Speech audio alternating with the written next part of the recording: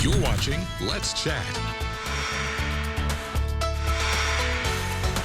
If you're a music fan and I say the name Thomas Waller, you may think, who's he talking about?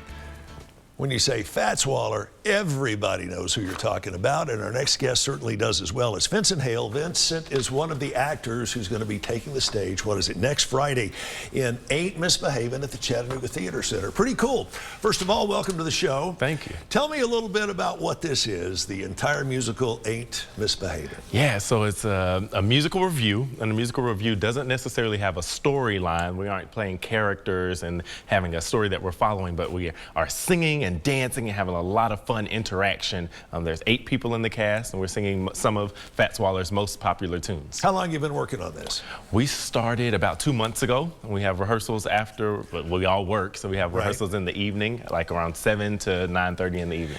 You know, paying a tribute like that to Fats Waller, it's kind of like somebody doing something from the Beatles, but in a different area of music, you know. They're back during the Harlem Renaissance era.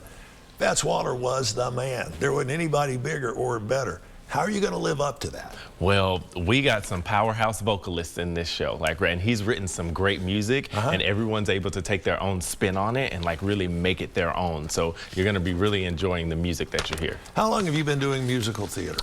I started in musical theater back in high school. My first show was Bye Bye Birdie, actually at the Theater Center in 2004. So what made you want to go out for something like this pertaining to Fats Waller? Well, this show in particular, it's an all African-American cast, so that definitely spoke to my heart. But also, like you said, the music of the Harlem Renaissance. So you got jazz, it's big band. We're actually going to have a live band on stage. A lot of bebop also.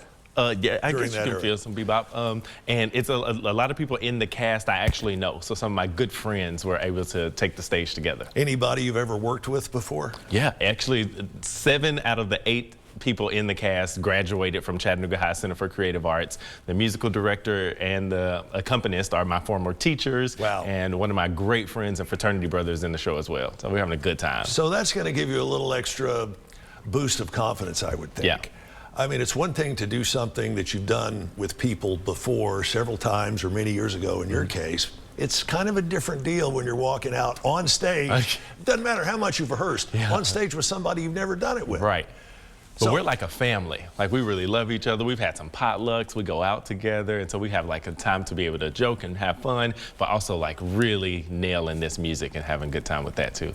Give me one of the highlights that is going to be in this show from your perspective in your chair right now. Okay, my perspective, my chair. I'm going to say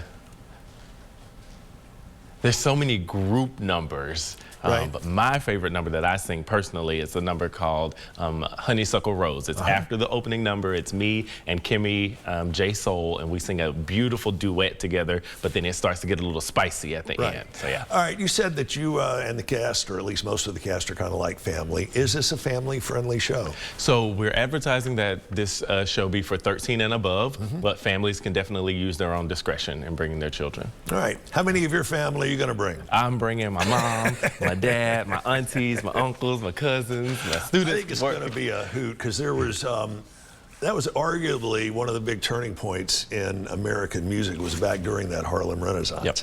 Everything was just kind of, how do you put it, stuffy, for lack of a better word. You know, it wasn't music for people like us back then.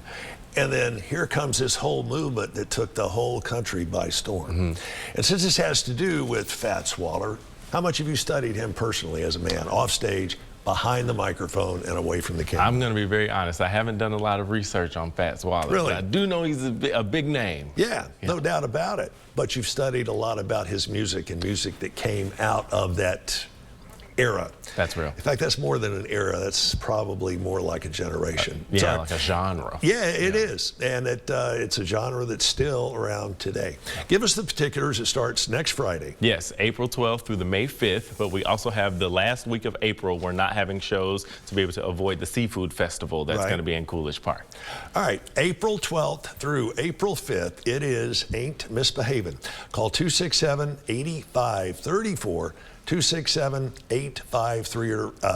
8534. I haven't been talking long. You'll have to forgive me. You can find them on Facebook or Theater Center with the English spelling, THEATRE, Center, CENTRE.com. Vincent Hale, break a leg to you and all your castmates. I know you're going to knock it out of the park. And yes, some tickets are still available, but I understand they're going fast. Yeah.